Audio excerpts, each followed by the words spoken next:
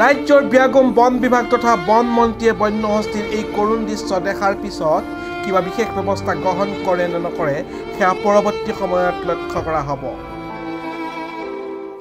এই 5 দিন কম হইলো আৰু বন বিভাগৰ লোক আহিছে নে ইয়াত? আহিছিল দাৱাই পানী কৰিছে আৰু দৱাই পানী কৰিছে, তথাপি হাতীটো সুস্থ হৈ উঠা নাই উঠা। বেয়া লাগিছে আমাৰ, আহি থাকেতো ধান খাই। হাতীটো হ'ল 4-5 দিন বেছিয়ে হ'ল চাগে, এনেকে পৰি আছে, দেখিও বেয়া লাগিছে।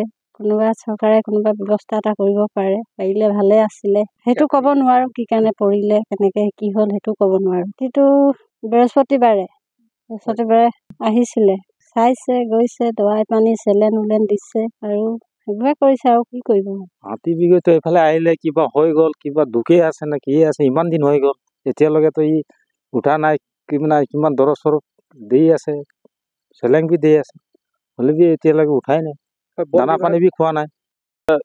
কথা হ'ল কি, আমাৰ বন সুৰক্ষা বিভাগৰ এই ঘাপিলতিত এই আমাৰ বন্য হস্তীবিলাকে আমি যোৱা আগতো কেইদিনত খেৰজান ডিগবৈ এৰিয়াত খেৰজান হেৰিত মৰিলে 2খন হাতী।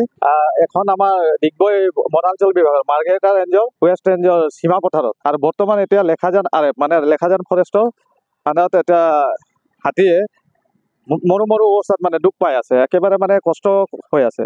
তো গতিকে ইয়াৰ মই বন বিভাগক অনুৰোধ কৰিছোঁ, লগতে আমাৰ বন বিষয়া যিজন মন্ত্ৰী তেখেতকো মই অনুৰোধ কৰিছোঁ, আৰু আমাৰ মুখ্যমন্ত্ৰী মহোদয়কো অনুৰোধ কৰিছোঁ যে অতি সোনকালে আমাৰ বন্য হস্তীৰ কাৰণে চিকিৎসাৰ ব্যৱস্থা কৰক, আৰু ইয়াক লৈ যোৱাৰ যিটো আমাৰ ডিগবৈ ৱেষ্ট ৰেঞ্জৰ আণ্ডাৰত লেখাজান RFৰ ওচৰত যিটো হাতীয়ে অতি দুখত চটপটাই আছে, গতিকে তেওঁ লোৱাৰ ব্যৱস্থা যদি আছে তেখেতৰ মেডিকেললৈ লৈ যাওক। যেনেকুৱা আমাৰ মানুহক মেডিকেল লৈ ডিব্ৰুগড় মেডিকেল কলেজত লৈ যায়, ঠিক তেনেকৈ বন্য হস্তীৰো আছে হয়তো চিকিৎসকৰ কাৰণে।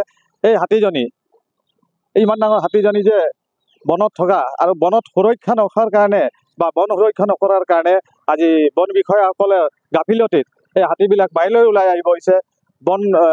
আমাৰ ফৰেষ্ট ৰিজাৰ্ভৰবিলাকত খাবলৈ একো নোপোৱাত এই বন্য হস্তীবিলাকে হাতীয়ে আমাৰ বাহিৰত ওলাই আহি আজি ছটপটাই, তাৰ কাৰণে লোৱাৰ ব্যৱস্থা কৰা নাই। আজি লৈ যাবৰ কাৰণে তেখেতলোকক অনুৰোধ কৰিছোঁ, বন মিনিষ্টাৰকো মই অনুৰোধ কৰিছোঁ, মুখ্যমন্ত্ৰী ডাঙৰীয়াকো অনুৰোধ কৰিছোঁ, আৰু আমাৰ ডিগবৈ ৰেঞ্জৰ যিটো DFO ছাৰকো মই অনুৰোধ কৰিছোঁ যে এই হাতীজনীক অতি সোনকালে তেখেতক চিকিৎসাৰ কাৰণে, য'ত আমাৰ চিকিৎসক হয়, আমাৰ যিটো হেৰিত চিকিৎসকৰ প্ৰদান কৰিব পৰা যায়, তাক লৈ যোৱাৰ ব্যৱস্থা কৰক।